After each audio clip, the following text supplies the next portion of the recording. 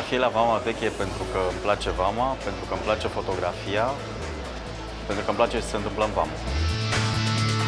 Cred că acum totul e mult mai facil și e mai facil datorită faptului că tehnologia este foarte avansată. De la momentul declanșării până la momentul postării unei fotografii sau până la momentul listării ei e vorba de câteva minute, ceea ce înainte era un proces mult mai îndelungat. Însemna developare, însemna mărire, era cu totul și totul mult mai îndelungat ca proces. Acum este foarte accesibil și foarte ușor și asta contează mult.